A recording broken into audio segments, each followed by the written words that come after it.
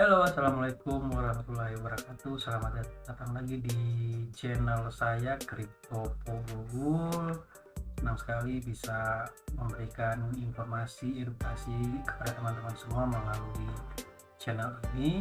Dan di video kali ini saya membahas lagi tentang scale network. Kenapa saya sering atau selalu membahas scale network, karena saya adalah salah satu brand ambassador dari Scale Network sendiri, dan sudah menjadi tugas saya menyebarkan informasi tentang ekosistem dan juga progres yang sedang dikerjakan oleh tim Scale Network. Di beberapa video saya sudah membuatnya, ada banyak sekali tentang ekosistem dan juga koin-koin yang sudah rilis di blockchain Scale Network.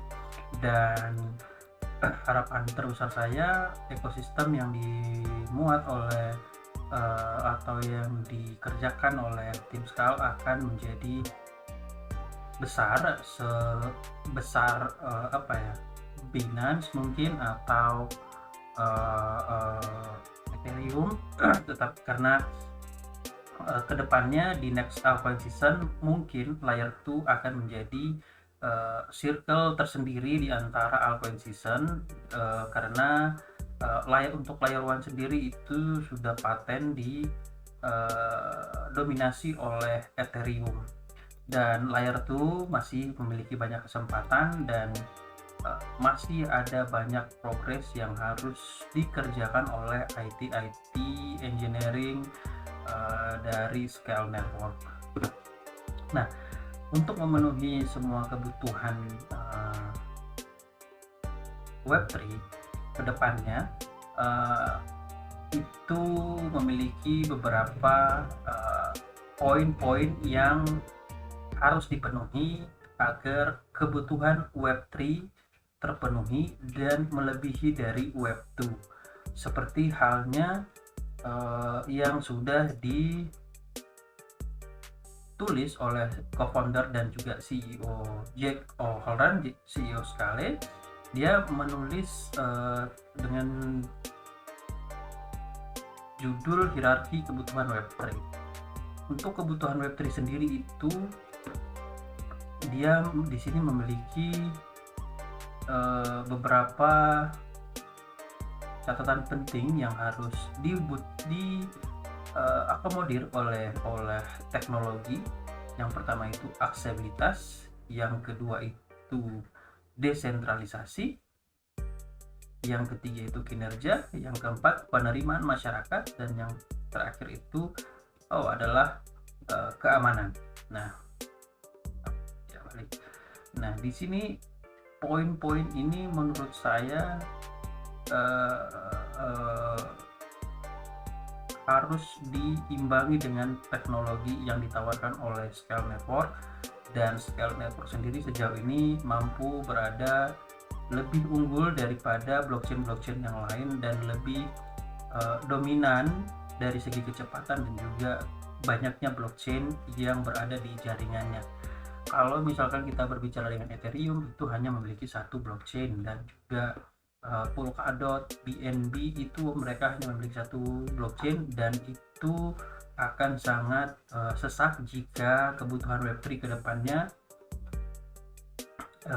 akan lebih banyak. Nah, target dari Scale Network sendiri ini adalah memperbanyak ekosistem dan menarik project-project kripto yang sudah running maupun yang masih sementara di develop oleh ownernya untuk bergabung ke jaringan Scale dengan tawaran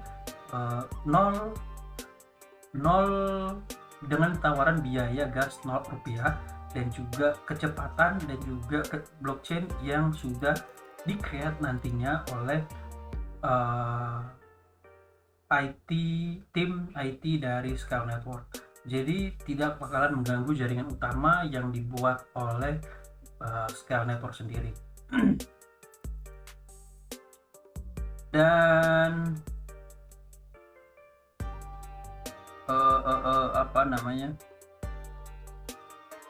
kita ini dulu. Untuk keamanan, di sini dia menjelaskan Bukan kebetulan bahwa banyak pemikir blockchain yang paling awal sangat fokus pada keamanan. Dari Satoshi berbicara tentang hal itu secara luas dalam white paper Bitcoin ke Vitalik dan pendahulu lainnya. Sebelum hal lain, modal blockchain harus membuktikan bahwa itu berfungsi sebagai bukti besar transaksi yang aman dan tahan gangguan. Tidak mengherankan bahwa Bitcoin, Ethereum, dan banyak proyek lainnya mengadopsi algoritma bukti kerja yang sengaja secara komputasi sulit sebagai cara untuk menjaga terhadap peretas dan aktor jahat. Mereka memprioritaskan keamanan di atas segalanya, di atas kegunaan, biaya, dan faktor dengan cara yang sama.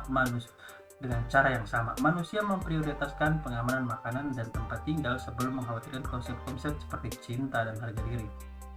Tanpa keamanan tidak ada hal yang lebih penting. Di sini maksudnya banyak sekali koin atau token-token di sana tidak begitu mementingkan tentang keamanan, tetapi mereka lebih memikirkan masalah utilitas dan juga harga token. Masalah keamanan di nomor sekiankan sehingga terjadilah hack di beberapa kasus. 3 atau 4 tahun belakangan ada banyak sekali kasus pembobolan karena masalah keamanan. Kemudian yang kedua yaitu desentralisasi. Di sini Anda dapat memiliki keamanan tanpa ketahanan, sama seperti Anda dapat menemukan tempat berlindung di balik kayu yang condong atau di belakang rumah bata dan kutil. Yang satu jauh lebih tangguh daripada yang lain. Demikian pula begitu keamanan dasar dipenuhi, desentralisasi menjadi sama dengan membangun Web3 yang lebih tahan terhadap serangan dunia maya dan pemadaman teknis. Kekhawatiran awal tentang keamanan desentralisasi terbukti salah sebagai model validator dan validasi dari waktu ke waktu. Itu sebabnya begitu banyak jaringan Web3 termasuk Ethereum telah bergeser ke bukti stacking. Ini yang maksudnya stacking. Jadi dari POS ke POW. Itu sebabnya begitu banyak jaringan Web3 termasuk Ethereum telah bergeser ke bukti terawan. Melalui desentralisasi, blockchain mampu memberikan lebih banyak keamanan, transparansi, dan perlindungan terhadap sensor daripada jaringan tradisional terpusat. Sementara juga membuktikan banyak manfaat ekosistem Web3 karena menyadari kebutuhan yang lebih tinggi yang akan datang. Di sini dia menjelaskan untuk kebutuhan POS itu sudah terbukti beberapa kali aman karena didukung oleh sistem validator yang banyak, sehingga itu akan mengurangi hacking yang akan terjadi ke depannya. Yang ketiga, kinerja. Kasus pengguna untuk aplikasi blockchain telah berkembang dari waktu ke waktu, dari pinjaman DeFi dan pengerjaan NFT menjadi bukti identitas yang terdesentralisasi dan aset metaverse yang dioperasikan. Evolusi ini telah menciptakan peluang besar bagi ekosistem Web3 untuk membangun web yang lebih baik, yang mampu menumpang sebagian besar umat manusia yang beroperasi pada web yang lebih ekstraktif yang dibangun di atas aplikasi Web2. Namun itu juga menciptakan kebutuhan yang lebih besar untuk mengoptimalkan teknologi Web3 untuk stabilitas dan kecepatan. Kontrak dan perhitungan cerdas memungkinkan operasi tanpa batas. Kisahkan yang penting, keberhasilan skala dalam memungkinkan transaksi bebas gas kecepatan terkemuka industri adalah langkah yang menuju lebih tidak terlihat. Pengalaman menteri salah satu yang penting untuk memenuhi transaksi tak terbatas ini menurut salah satu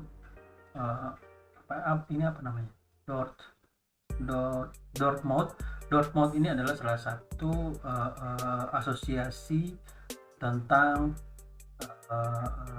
ketahanan dari satu blockchain, dan mereka meriset kecepatan dan juga metric testing yang dibuat oleh Solana, Polygon, kemudian Avax dan juga Ethereum.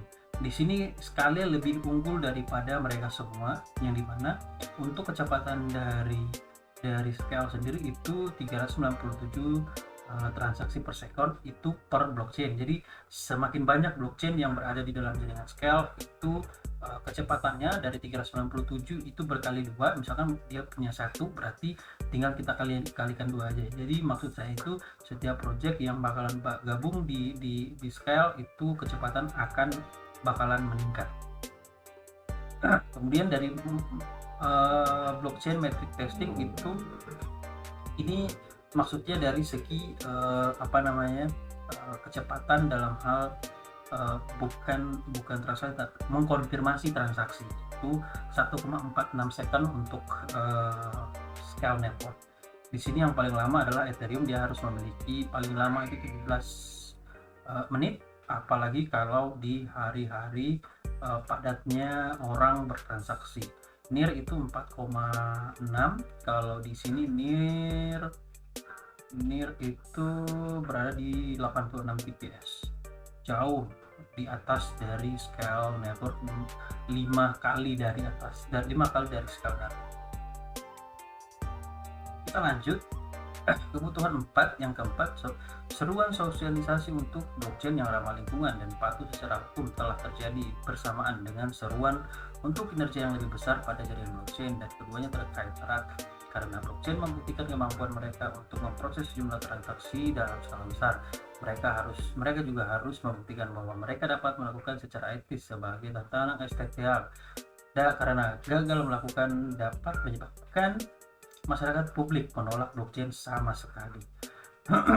Ekosistem Web3 ini kedepannya bakalan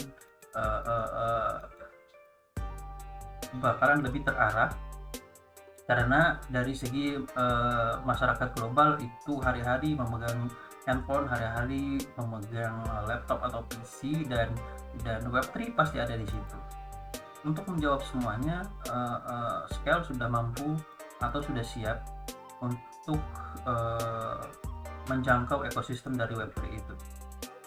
Aksesibilitas.